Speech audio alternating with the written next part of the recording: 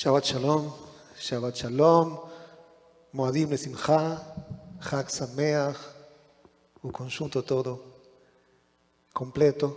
Mesmo que não seja possível ficar completo, de totalidade absoluta, nunca jamais. Nunca somos absolutamente felizes, nem decididamente tristes, amargurados, deprimidos. Não há uma totalidade absoluta no nosso estado afetivo, jamais. Porém, nessa festa, Sukkot, nós temos um mandato, uma obrigação da Torá, de Oraita, que diz: Besamachta bechagecha, e te alegrarás na tua festa. E nós temos boa vontade, estamos disponíveis para entender que os mandatos são para cumprir. Mesmo assim, achamos difícil nos alegrar por obrigação. Igual que seria nos entristecer por obrigação. Pela força, se sentir feliz é difícil, é muito difícil. Então fica enigmático esse mandato que de fato é um imperativo. Besamachta bechagecha. Se refere a Sukkot, não? Como vamos a estar contentes? Se nos indica que sentemos em uma casa que não tem paredes e que as paredes estão todas soltas, frágeis. O teto, indicado deve ficar esburacado, de modo tal que nossa visão atravesse os galhos e chegue às estrelas. Os pés têm que estar pisando no chão raso, na terra. E nesse estado de pobreza absoluta, de inermidade, recebemos parentes e amigos.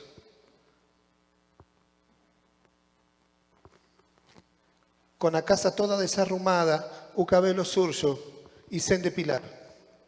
Uma situação absolutamente incômoda, quando nós, de fato, graças a Deus e a nossos esforços, contamos com um grau maior de comodidade dentro de casa. ¿Por que se nos obriga? ¿Por que se nos pede? ¿Por que se nos convida a tamanha humilhação?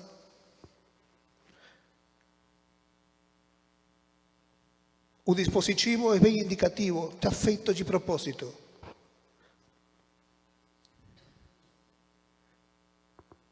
Se nos lembra, mediante a brajá, das aminim, que se juntam todos esses vegetais e que somos um povo só, que somos unidos, com nossas diferentes características e que convivemos com nossos cheiros e com nossos gostos, igual que as plantas.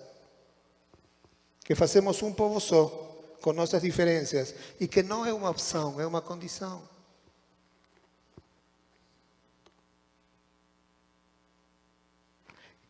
E essa pobreza,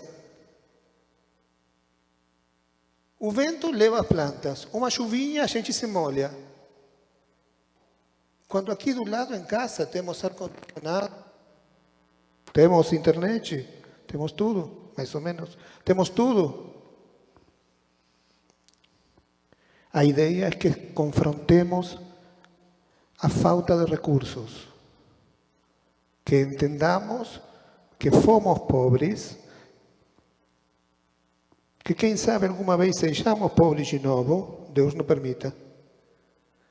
Mas basicamente uma coisa que está escondida e que tentamos não ver, que em certa dimensão continuamos sendo pobres.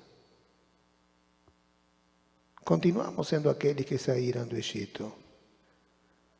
Continuamos dependendo da providência divina.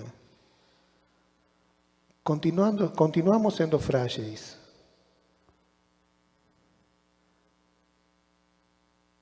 Finalmente, algo que indica esse dispositivo obrigatório de privação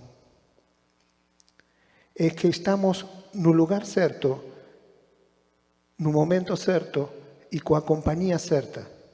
Esse é o valor da Sukkah, esse é o valor da festa de Sukkot. É uma festa de peregrinação, de se juntar, de união. Estamos no lugar certo, mesmo sem paredes, mesmo sem teto. Na hora certa, aquela indicada pela nossa biblioteca, pelos nossos livros, pela nossa tradição e com a companhia certa, com a gente que queremos, com aqueles que valem a pena para nós. Então aprendemos. Há muitas razões para nos alegrar.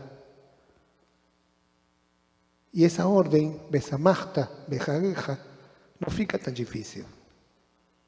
As condições da Sukkah estão dadas para que isso aconteça. Ao mesmo tempo, comecei comentando para vocês que não há jeito, não há forma de ter somente alegria. Terminamos de ler a Torá nessa semana. Leemos a última parashá, Bezot Abrahá, e como ela termina. Vocês sabem muito bem. Porque leemos essa última parte, não deixamos nenhum momento e já arrancamos em Simchat Torá com a outra, com a outro ciclo. Voltamos a começar lendo Bereshit de novo. Moshe morre.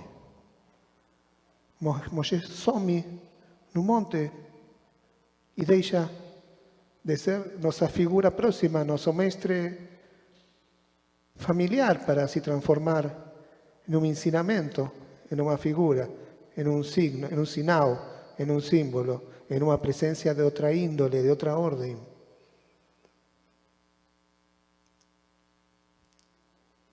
E para finalizar, temos então uma prova de realidade. O que está acontecendo, o que acontece todo ano nesse Shabbat, é real. Porque se fosse só alegria, saberíamos que devemos desconfiar. E se fosse só tristeza, saberíamos que estamos exagerando. Mas dessa forma, estamos todos juntos, igual que Moshe, entre a alegria de Sukkot e a tristeza precursora de Simchat Torá. Entre a misericórdia divina, que essa é a nossa leitura desse Shabbat, e a despedida de Moshe, que nos acompanhou até aqui e continuará acompanhando-nos. Shabbat Shalom.